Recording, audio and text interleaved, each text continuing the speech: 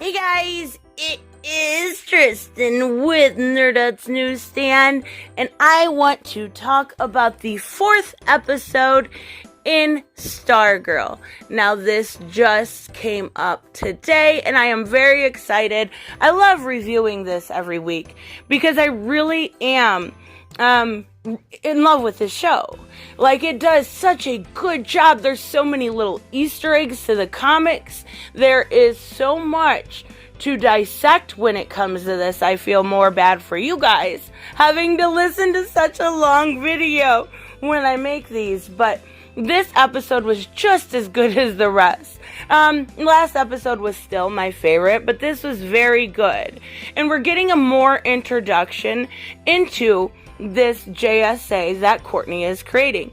Now, of course, if you haven't seen this yet and you plan on watching it, make sure you know I do go through spoilers and all of the little Easter eggs that was put in. And there was actually quite a few in this one. So before I get started on my review, I want to talk about Yolanda. Now, I'm afraid with this episode, people might start that, oh my god, this is woke. They changed Ted Grant to Yolanda, not knowing much about the character, because she wasn't huge in the comics, obviously, but she was there. So Yolanda was created in the Infinity Arc, which was set on Earth 2, which was the generation of heroes for the new main team. Now, Roy Thomas was going to have her be a cat-based, like the Lynx. But during the crisis, it was decided to cripple Ted Grant and have her become the new Wildcat. Ted is her godfather, and we actually do get a really cool Easter egg to him in this show. So technically she wasn't active very long. She stayed on the Infinity Arc until in the 1988-ish, and then she dusted off her outfit in 1993 along with the Beth, Dr. Midnight, to get brutally murdered during the Eclipso series. So we didn't have much of her, but she's not like, a gender bent character, and I actually really enjoy the actress who plays her. So let's talk about this review. So it opens up, and it is 3 months ago. We are getting kind of a little montage as to who this character is. Now, we've seen her a couple times, basically just to be slut-shamed. But we find out, Yolanda has, just like Ted, really enjoying boxing. And we get, looking at a picture of her, and they're showing you the picture of her and Henry Jr., but you do see an older picture, which I believe is their, Ted Grant Easter egg, which is really, really cool. So, 3 months ago, she was with Brainwave's son, Henry Jr. She was happy. She was almost completely a different character. She was running for president against Cindy, and I will talk about who she is here in just a second. But this character is completely different. It's night and day, right? And it's nice to see that she has a different side to her. And I think we're going to get back to that side of her. But she did win class president. So, Cindy, who is Shiv. Now, we are going to see Dragon King in this episode, but Cindy is definitely Shiv. So, I kind of figured that, and I called that in my first review. I believed that she was going to end up being Shiv, but she definitely, there's no doubt about that one. That one was pretty obvious. So, she wins class president, but the night before, she is dating at this point, 3 months later, or 3 months previous, rather, Henry Jr. And Henry wants some sexy pictures. Now, dumb girls don't do this. This is really, really dumb move. You never, I feel bad for this girl. You never do this, ever. Do not send, nudes to people. Do not, especially when you've only been dating a few months. My God, this is dumb. But she is a beautiful woman. She has a great body. She has nothing to be ashamed of. It's the fact that after she sends these pictures, you see, Henry Jr. in his little jock friends laughing in the hall. And then Cindy runs into him. And I'm assuming at that point, because I don't actually think it was Henry that released these pictures. So I'm assuming at that point somehow Cindy was able to get the pictures. And during her acceptance speech into her class presidency, it is sent out to everyone. Like, she is just completely humiliated. And that's why we have this Yolanda now that is very reserved, pretty much hates everything. So it actually makes a lot of sense. So now, let's get back up to time, regular speed. We are back in now, and we see Courtney with all of her stuff that she took from the JSA, kind of going over it. We notice that, like, the Green Lantern is damaged, so I think that's kind of their way of showing with the HBO Now stuff that's going on with the Green Lantern, to kind of prove that we're not going to see anything like that in this show. It's broken in this universe. It's going to be set aside for HBO Now. So we're at breakfast, and Mike's asking about Pop-Tarts because he doesn't want eggs. Now this is another big Easter egg that I think will actually play out. I am hoping it plays out because I really like the character. He says his friend Jakeem might come over. Now, if you remember, I talked about Johnny Thunderbolt in a previous review, and I said I would love to see this character come to life. And I think we're actually going to. My best guess is because Courtney does have the pink pen. And my best guess is at some point, probably later in the season or even next, we will see Mike and Jakeem playing and, getting into the sister's room like boys tend to do and get a hold of that pen. That would be so great. But that Easter egg in there just made my day. So I really, really like this. So we see, again at school, this absolutely terrible Cindy, who, is Shiv, or will be Shiv rather, being absolutely terrible to Yolanda. And we've seen this time and time again, and Courtney again sticks up for her, and she threatens her. But the best part about it is she does, get real close and say, "You will never see me coming." And she, Courtney sticks up for herself, and she says, you don't know who I am. So I was glad to see her actually stick up for herself to this terrible person. So, basically, it does just say, though, that Yolanda's scared. She just wants to be left alone. And then we switch to Pat, and he's at the junkyard getting this exhaust. And I think the person at the junkyard, the weirdo that works there, is kind of getting suspicious. Every time he goes there, he's like, "What are you working on? What are you working on?" So we head back with Pat to his shop, and Denise is there. Now this is the wife of the wizard, and if you remember in my last review, her husband has just passed away at the hands of Icicle, and her son also died at his wishes too. So she's distraught, but her car is broken down. She said she woke up that morning and she was alone. And she didn't want to be alone, so she just left her house. And I don't blame her. I can't imagine that pain that she's going through. So, we see him start working on Denise's car. Now, this leads us to the one and only time we see Icicle, who's slowly becoming my favorite character in this. Like, he is stunning, super handsome, and he plays the part of evil so well. I do think we're going to get a little bit of a romance between him and Courtney's mom, Barbara, but I'm not sure. You just felt that way a little bit last episode. So, he is talking, and we see he is talking to Dr. Ito, Dragon King.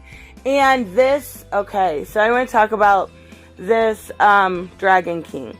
Now, it is very well done. Now, I seen a picture of it a couple days ago when they were kind of trying to hype up this episode, and I was like, it does look very comic book accurate, but sometimes things don't go from the book to the TV, as well, and it was just like, wow, it just looks like a bad ski mask, right? No. Like, this is so well done. If you try to, and I'll try to get a couple good pictures, if you look past his mask and look into the scales around his eyes and the way that his eyes are color-wise, but not only that, but when you see him in motion, they blink sideways. I seen that and I was like, wow, just these little details. Oh my God, I'm so sorry. They add in were so good. So I loved the way they made Dragon King, but we do find out basically that what's the character's name? Shade has kind of gone against them, I guess is the best way to put it. Not necessarily gone against them, but that Shade's immortal, so he kind of does that thing anyways, right? He gets bored and he walks away. So we learn that anyway. So back at school, we see Courtney walk in on Yolanda, and she's working on the punching bag. Makes sense, right? If her godfather is Ted and the character she's going to go into. Courtney asked her to go to dinner, and she asked for her phone number. You know, Yolanda's still in trouble for 3 months ago. She's still in trouble for all of that. So she's not even allowed to have a phone. She's not allowed to go over to dinner. She does kind of, convince her to go to dinner, but then when Courtney says something, or when Yolanda says something to her parents about wanting to go to dinner, they're just like, no. Her mother and her father, honestly, are terrible. I don't know if it's the difference in culture, possibly in being different in, a Mexican or Latina family, but they are really, really terrible to her. I don't know if shame is a bigger deal there, or if it's just the fact that, my mom was never around. I don't know. I just feel really bad for her. So, but we do get this kind of bonding moment, right? We get this bonding moment over, the enemy of your enemy, or the enemy of my enemy is my friend, right? So she admits that she was the one that blew up Henry's car. And we finally see that guard let down from Yolanda. She's not got this tough, leave me alone exterior anymore. She finally shed some tears about how bad Henry Jr. hurt her after the picture ordeal. So it was really, really nice to see that real person with inside her. So then we go back to Pat, and he's working, he just got finished with Denise's car. And we find out that she's leaving for good. She's leaving Blue Valley. She is gone. And she does kind of try to warn him about, the evil things going on in Blue Valley. And we do find out that Pat is starting to realize who she is, or rather who her husband was. Because he sees inside the car and he says, my son, or she says, my son wanted to be just like his dad. And Pat says, wasn't his dad a councilman? And you see the the wizard hat and the wand and stuff. So he's putting 2 and 2 together, finally realizing that these people, these villains, are literally hiding amongst people in high places. And it's really, really nice. So we are back to Courtney. And Courtney finally gets, Yolanda to come over, so she starts showing her the cosmic staff.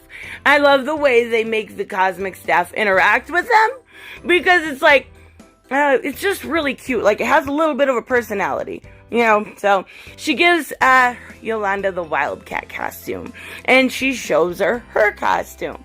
Well, the costume doesn't fit her at all. Obviously, before that, with Ted Grant, it was a man. So it doesn't fit her. It's huge on her. So she puts the cowl on to make the whole thing. And it immediately, and I love the way they do this with this suit in particular, it immediately fits to her. And it looks beautiful. She looks perfect in it. So they start going, trying to figure out the different powers and agility and stuff like that Ted Grant had as Wildcat. And they use Wikipedia for it. It's so funny. It's so like a kid thing to do, but yeah, it worked out perfectly. So they find out, he had metal claws, and they test those out. The agility of the cat, and they test those out. The fact that he always landed on his feet, and they test that out. And the last one is jumping off the building, and they don't end up testing that out. But Courtney then does end up, telling her who Henry's dad is as Brainwave. And she's like, oh yeah. Like Yolanda's like, yeah, that totally makes sense. I can see it. So it's really nice to see this haunted girl we've seen for a couple episodes now finally break down her walls and come out of her shell. And we get to see, like, you know, her smiling and her happy. Those things are really, really nice. So they decide to try to find out who has and who has not visited Brainwave.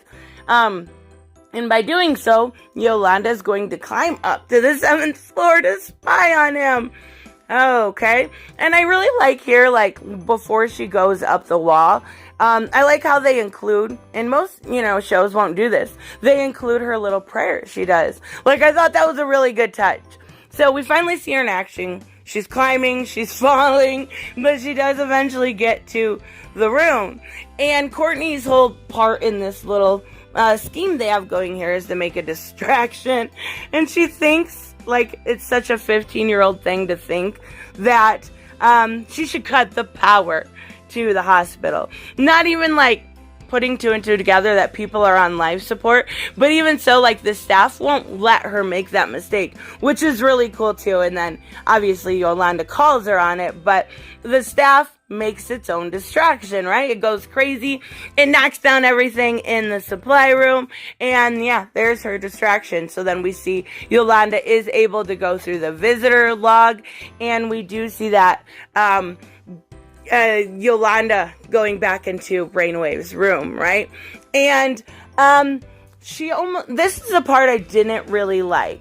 So he's sitting there, you know, watching his dad, obviously, and obviously she hates Henry Jr. He did a terrible thing, which I don't even think it was necessarily him. I think it was more Cindy. But she almost attacks him with her claws that could cut through metal that would kill him in an instant. But she stops herself because he's crying and he's saying, I miss you. But I don't feel like Yolanda, or like they should portray this hero as the ability to kill for revenge. Like, vengeance shouldn't be on the table. But even so she ends up hiding on the ceiling so he doesn't see her, and he leaves, and then a woman appears. And this woman, if you remember, is the principal at the school they both go to. And she gets out a violin, right? Or a fiddle. Let's say a fiddle. She gets out a fiddle, and we find out that this girl has been somebody different all along. I am assuming she is virtuosa, however you say it. Or, you know, a female version of the Fiddler, but I think she's virtuosa because her son's name's Isaac. And so obviously they would just be a different age, but Isaac Bowen, you know, he was the Fiddler. So we finally have that, and we do know that even the Fiddler was pretty sure it was in the JSA picture. So that may have been, you know, her husband. So there's a lot of open ends there, but I do like that little, like, Easter egg there. So it's really cool to see. So Beth, unfortunately, Beth, and I do like Beth's character. She's such a nerd. Like, she wants to be besties with her parents, and her mom keeps saying, we're not your friend, like, your friends. Like, I feel kind of bad for her, like that, just bad parenting all around. So, but Beth does see Yolanda, or hear her name yelled, and she does see them leave. Well, we do know, you know, that she is going to be Dr. Midnight, so we will see that next episode. So Yolanda says she can't do this. Like, after all of this, she says she doesn't need to be Wildcat. She needs to learn how to be herself again. And I actually do understand that. So this is what she does to try to begin that journey. She turns off the TV once she gets home, and she talks to her family like an adult. You know, she's supposed to be only 15, 16, 17 years old. So she says, you know, she asked them for forgiveness. She says she knows she brought shame on the family, and, you know, they can't take her to church over a picture. Like, it's a little dramatic, but she asked all of her family, which is her brother, mom and dad, and grandma, for forgiveness. I really thought it was going to be like, okay, honey, you've suffered enough. We're going to give you forgiveness. No, they are terrible fucking parents. They care more about how the public perceives them than they care about her daughter's feelings being hurt over and over again. And the mother looks at her and literally says, you'll never be the same again. How could you? like I said, maybe it's different because it's culture and, shame being different from different cultures. I know it's a big deal in like Chinese families and stuff, but how could you do that to your child? How could you look at your child and say, you will never be the same to me again? Yeah, terrible parenting. There we go again. So she goes to her room and Courtney, puts the cowl in the outfit with a little note that says she can't do it without her. And that, she's just had enough. Yolanda's had enough. She's suffered enough, whether it's, from school or from family. And Courtney was, the one that was really great to her. So she puts on the outfit. She jumps down and she goes back to Courtney and she says yes. But as this ends out, that's the end of them there. But then we see back at the junkyard and the guy's asking Pat again and again, what happened. But what we see, I did not expect at all. He walks back to get a part for a car that he's working on and he sees a black cat, right? We've seen this black cat before. I just didn't realize it at first. And then he rounds the corner a little bit and he sees the car. And it's the car that he worked on for Denise. And it's crunched.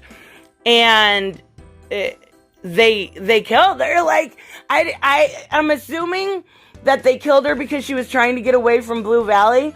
But that I did not expect. I expected her to get away or she would somehow help the JSA, which was what I said last time. I thought maybe she would do, but no. So now Denise is dead and the wizard and their son, Joey, and yeah, that's how we ended out this episode. And it was another one that was just so good. Like, I think my favorite part is getting all the references. Like, I'm going through it like, oh, this is from the comic, this is from a comic. And another thing I did notice I didn't mention as I went through my review, I actually forgot. So when Icicle is talking to Dragon King, they're talking about, this new America. They're setting something up. He wants it built quickly. I think what it is, and I'm not going to give anything away too much, but this is just my theory, and I want to document it in case I'm right, so I can say, I told you so, is the fact that in Stars and Stripes, they had this, like, satellite thing they were setting up towards the end. I won't say what it was, but I think that's what we're going for right now with this new America. And I do think we're going to see Solomon Grundy. I'm pretty sure that's probably who got a hold of Denise. And we're going to see Shiv. And we're going to see more from the Fiddler. Like all these characters that were so on the side. It's like, I don't know. It's really cool to see them come to life. And I love it because you don't normally get that. So I'm really excited for this show. It's a really, really good show. Anyways, I will have another video up later. Make sure you guys, if you're new to the channel, make sure you subscribe and are still subscribed. Make sure you hit that like button. And if you want to help support the channel, links as always are in the description for Patreon and Subscribestar. And I will see you guys in the next one. Bye-bye. Hey guys, I want to give a huge shout out to my Patreon and Subscribestars. You guys literally make this channel possible. Huge thank you to Cage the Mick, Robert Mick Twiz, Black Knight Fool, Brucey, Chris Z, David L, David Rafford, Jeffrey Allen Carnes, Mighty Balls, Mike Buckner, Maizen Barbosa, Ruskar, Ryan Decker, Robert Hoffman, and Doc Holliday. You guys are absolutely amazing, and thank you so much for all your support. Don't forget on the way out to like as always if you enjoy the content and hit subscribe. And I will see you in the next one. Bye-bye.